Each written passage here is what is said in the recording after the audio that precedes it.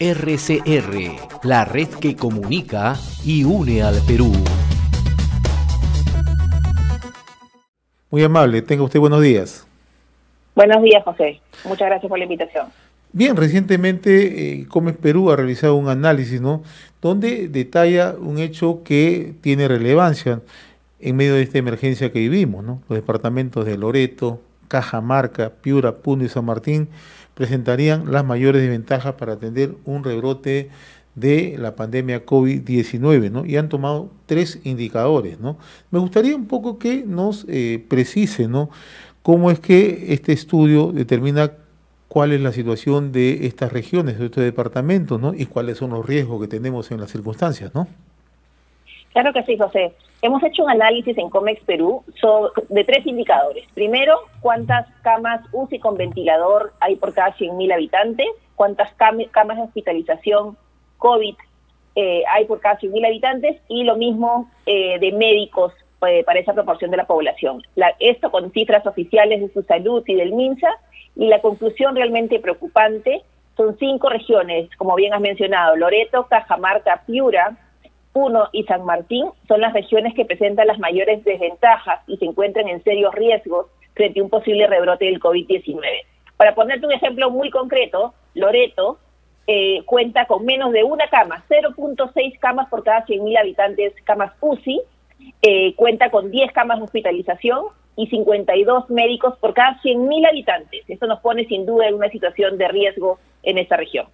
Ahora, lo que usted menciona, y en realidad este es un estudio, un análisis bastante concienzudo, la situación, sin caer en el alarmismo, es muy realista, ¿no? Loreto acaba de pasar una etapa muy complicada. Es más, ¿no?, los propios médicos, los infectólogos, los epidemiólogos en Loreto señalan que es la única ciudad en el mundo donde la tasa de cero prevalencia ha sido la más alta, pero además ya ellos han pasado lo que se le llama la inmunidad de rebaño. Y cuando usted nos menciona que no se ha mejorado nada en los servicios, ¿qué pasaría? Ojalá, no querramos que sea así, se ingrese a una nueva ola de COVID-19, ¿no? Una situación preocupante, ¿no? Así es, José. Nuestro objetivo de compartir esta información es que los ciudadanos estén atentos y sepan qué es lo que realmente está ocurriendo. Tenemos que hablarle con sinceridad, en base a información técnica y evidencia, para que nos cuidemos, porque esa es la realidad del país. Tenemos una infraestructura todavía inadecuada, nuestros hospitales no están preparados para un rebrote, y sobre todo en estas regiones el sector público, el Poder Ejecutivo y las regiones deben trabajar para fortalecer las capacidades del sector salud. Pero quiero también mencionar un tema, el otro lado de la moneda. Tenemos regiones que están en riesgo por capacidad inadecuada, pero también tenemos otras que han avanzado mucho y se han preparado mejor para un posible rebrote. Y estas son las regiones de Moquegua, Tacna, Lima y Madre de Dios, donde sí se ha dado una mayor inversión y avance para mejorar las capacidades de cara a un posible rebrote. Así que, y a nivel nacional es importante mencionar también, ¿no?, el avance que se ha dado. Hemos pasado de una situación muy precaria a una mejor capacidad, si bien todavía el promedio en el Perú es de 4.8 camas UCI, en países como Argentina es de 24 camas UCI por cada 100.000 habitantes y en Chile es de 12. Así que, si bien hemos avanzado, aún como país estamos rezagados, y ahí como ciudadanos tenemos que exigir a nuestras autoridades mayor celeridad para que se provea un mejor sistema de salud a la población. Ahora, nosotros llegamos de distintos puntos del país, señora Luna, ¿no?, a Loreto, a Cajamarca, Piura, Puno y San Martín, ¿no? Y mucha gente se estará preguntando a esta hora, ¿qué es lo que ha ocurrido, no? Ofrecimientos de parte del gobierno central, las mejores intenciones sin lugar a dudas, pero también esto que ocurre en Loreto, en Cajamarca, en Piura, Puno y San Martín, ¿a qué obedece? A una falta de decisión política, a una falta de gestión, a una inoperancia. ¿Por qué ocurre esto, no? Estamos a 7 meses de la pandemia. Lo que ha ocurrido, José, es que esta crisis sanitaria ha evidenciado problemas estructurales en el sector salud. O sea, no podemos echarle la culpa a este gobierno, ni siquiera el anterior. Esto viene desde hace muchos años donde no se ha avanzado. Desde Comex Perú quiero compartir además una serie de propuestas que nosotros hemos entregado. Se tiene que hacer una reforma integral del sector salud. Dos ejemplos muy concretos. Y primero, además, saber que la salud está descentralizada. O sea, los gobiernos regionales reciben recursos y deben ejecutar ese gasto de cara a brindar un mejor servicio a la población. Te voy a dar dos indicadores muy rápidos. En el mercado farmacéutico, el sector público compra el 80% de todas las medicinas que hay en el país. El 80% del sector público.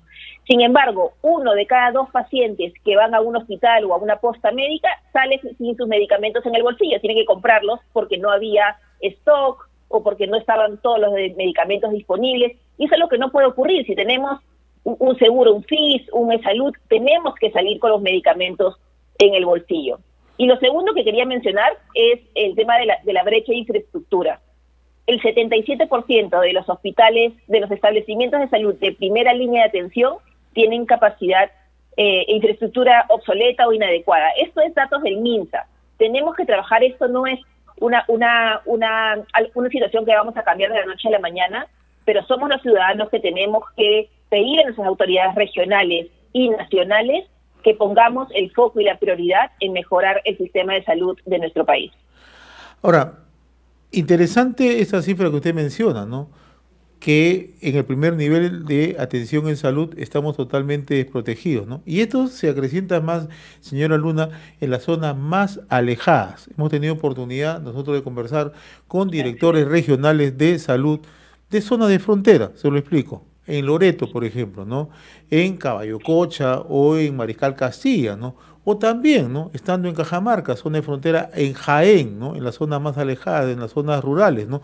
Y si nos trasladamos un poco, extrapolamos un poco más en Puno, ¿no? En las zonas, ¿no? de Chucuito, Juli, que son fronterizas con Desaguadero, ¿no? Allí también la situación es bastante dramática, ¿no? Entonces, siempre hay una brecha que más se suma a las zonas donde están en pobreza extrema, ¿no? Entonces, ¿cómo atenderlas de inmediato? Porque estamos en una emergencia, y usted lo ha dicho, no podemos esperar. Si bien es cierto, no podemos siempre tener el mismo discurso. Es la gestión anterior, la gestión ulterior, ¿no? Pero esto simple y llanamente se está desbordando y no hay quien lo tenga que solucionar hasta el momento. Así es, José. De hecho, como tú bien mencionas, las regiones con mayores tasas de pobreza son las más afectadas. Y nosotros desde COMEX Perú creemos que esto no es un tema de recursos. El país tiene recursos, el país ha generado con el crecimiento, con las actividades productivas, importantes recursos que reciben tanto los gobiernos regionales como el gobierno central. Aquí lo que tenemos es un problema en la ejecución de los recursos, en la calidad de ese gasto. Para darte una cifra, por ejemplo, el año pasado, Cusco solo gastó el 71% de sus recursos del sector salud. Ayacucho, 74%, Piura y Cajamarca, 76%. Y precisamente, Piura y Cajamarca están en la lista de las regiones con mayores riesgos frente a un posible rebrote. Los recursos están. Sin duda se necesitan más, pero tenemos como ciudadanos que saber que lo que se requiere aquí es una mejor calidad del gasto y una reforma integral del sector salud. Hay una fragmentación que no ha servido, que no ha ayudado y que se ha evidenciado en la pandemia con esa descentralización de los servicios de salud y que en muchos casos, como hemos visto en Loreto, el gobierno central ha tenido que acudir para dar soporte al gobierno regional y poder generar la infraestructura para hacer frente a la crisis. Entonces, esto tiene que ver, señora Luna, con el tema de la rectoría en salud, ¿no? Ahora que todos los recursos van directamente a las regiones, en el caso de salud, en el caso de educación, pero citemos el caso de salud, que es el tema que estamos abordando. ¿Eso qué significa? Que hay una ineficiencia, hay una falta de gestión, hay una falta de transparencia, y si a ello le sumamos el tema de la corrupción, ¿cómo quedamos?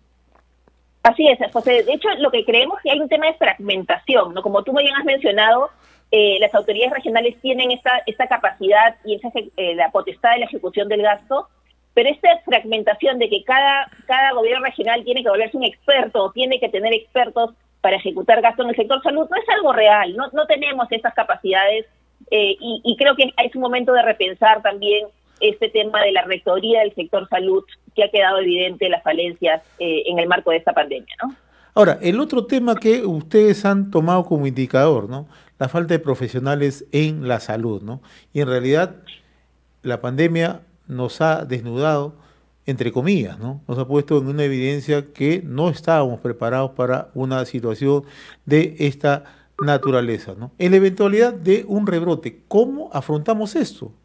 De acuerdo a los indicadores que usted nos indica.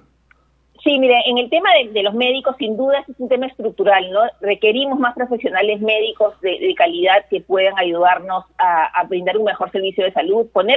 Lo que se requiere es poner el sistema de salud de cara al paciente, no de cara al funcionario público, no de cara a un ministro, a un gobernador, no, de cara al paciente. Cuando pongamos al paciente en el centro, vamos a cambiar este tema. En el tema de médicos, a nivel nacional, hemos pasado de 27.169 médicos en el mes de enero a 31.000 médicos en el mes de agosto. Sí ha habido un cambio importante, pero es tal el rezago que tenemos que aún hay mucho que hacer. En el tema de médicos, las regiones donde hay menor disponibilidad de estos profesionales de la salud son Loreto y Piura, ¿no? Ahí se tiene que trabajar porque todavía hay una baja provisión, bajo número de médicos para enfrentar este posible rebrote.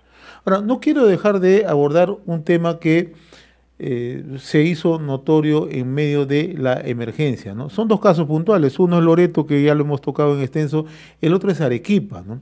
Arequipa hubo un desborde, ¿no? Y en Arequipa se nombró un cambio del comité COVID-19, ¿no? Se le encargó al doctor Rondón Fudinaga, renunció hace unos días. Más allá de estos temas, ¿no?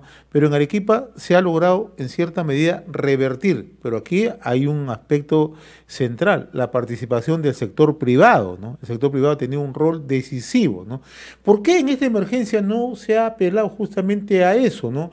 Y estando recién en el mes 6 o en el mes 7 recién dice, sí, el sector privado está apoyando.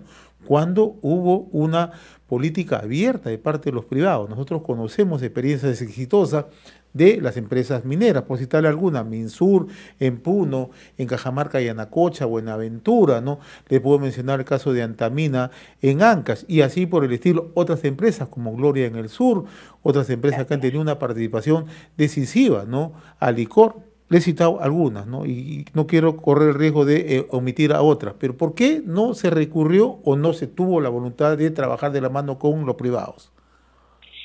Mira, José, desde el primer día de la pandemia el sector privado ha estado al lado del gobierno ofreciendo ayuda.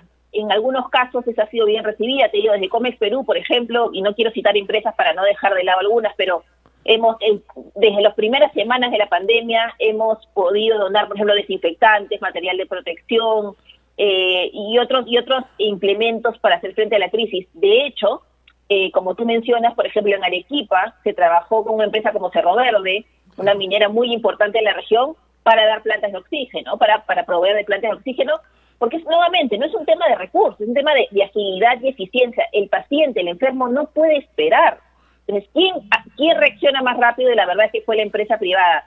Y para comentarte que nosotros lo que tenemos ahorita es una iniciativa de apoyo a hospitales, porque esto no ha pasado. Esto puede haber un segundo rebrote en cualquier momento. Nosotros en este momento estamos trabajando con un programa de donaciones a los hospitales Minsa en Lima. Por ejemplo, hemos donado camas UCI para el Hospital de Villa El Salvador. Lo estamos haciendo la próxima semana para el Hospital 2 de Mayo, ecocardiógrafos, máquinas de diálisis, porque tenemos que trabajar juntos, sector público y privado, de cara a nuestra población. No es momento de estar separados. Aquí tenemos que poner al ciudadano en el centro y el sector privado tiene estas herramientas para reaccionar rápidamente y poder colaborar, como siempre se ha hecho, para poder fortalecer su sistema de salud y poder enfrentar de mejor manera esta crisis. Ahora, usted hace un momento decía que hay regiones que tienen un riesgo, ¿no? Si hay una eventualidad de un rebrote, una nueva ola del COVID-19, pero hay regiones donde también las cosas se están encaminando y están marchando mejor, Moquegua, Tacna, Lima, Madre de Dios, ¿no? ¿Qué se hizo bien o qué se está haciendo bien en estas regiones? Mira, yo conozco el caso de Moquegua, donde ha habido mucho trabajo coordinado público-privado. Creo que ese es un punto de partida importante, ¿no? Decir, ok, ese es el problema que enfrentamos, cómo generamos soluciones rápidas y eficientes al ciudadano. Aquí el rol de liderazgo lo tienen los gobernadores regionales, y eso lo tiene que saber la población, ¿no? Cuando ha acudido el gobierno central, han sido casos realmente que se ha desbordado, como fue Loreto y Arequipa, pero te digo, en casos como Moquegua, Tacna también ha habido un trabajo y un liderazgo de las autoridades regionales, que es lo que la población tiene que exigir, porque son regiones que además cuentan con recursos de canon, de regalías. Hagamos uso eficiente de estos recursos, ¿no? Ahora, para finalizar, agradeciéndole la gentileza que tiene usted con RCR, ¿no? Ustedes también en este análisis hacen un comparativo con la región, ¿no? Argentina y Chile, ¿no? Y sería conveniente que esto sea tomado como una referencia por las autoridades, por los funcionarios del gobierno que tienen a cargo justamente las tareas de COVID-19, ¿no? ¿Por qué Argentina, que tiene una economía debilitada, tiene mejores condiciones de salud? En Chile, sin lugar a dudas, hay una economía más abierta, había un apoyo más decidido de la empresa privada, pero nos superan largamente, ¿no? ¿Qué tendríamos que hacer para superar esa brecha con los países de la región? Aquí tenemos que abordar el tema desde lo más alto, ¿no? Con un liderazgo político y hacer, como dije, una reforma integral del sector salud. Creo que el gran problema que hemos tenido en el Perú para poder tener un mejor sistema de salud ha sido ese fraccionamiento que tenemos en la rectoría, y tenemos además entidades que no han estado a la altura de las circunstancias tampoco. Entonces nada, tenemos que como ciudadanos exigir esa reforma integral del sector salud para recuperar el paso que hemos perdido en las últimas décadas, y como ciudadanos deberíamos ser los primeros en exigir que los recursos sean utilizados de manera eficiente y se trabaje en sector público y privado para dar soluciones efectivas a los pacientes. Yo le agradezco la amabilidad que ha tenido con RCR, señora Jessica Lunas, gerente general de la Sociedad de Comercio Exterior de Perú, Comes Perú. Habrá oportunidad de seguir abordando otros temas de interés en el plano económico y en el plano también de desarrollo que tanto se requiere en el Perú. Muy agradecido, claro, que tenga buen día, muy amable. Gracias a los oyentes, hasta luego. Gracias. RCR, la red que comunica y une al Perú.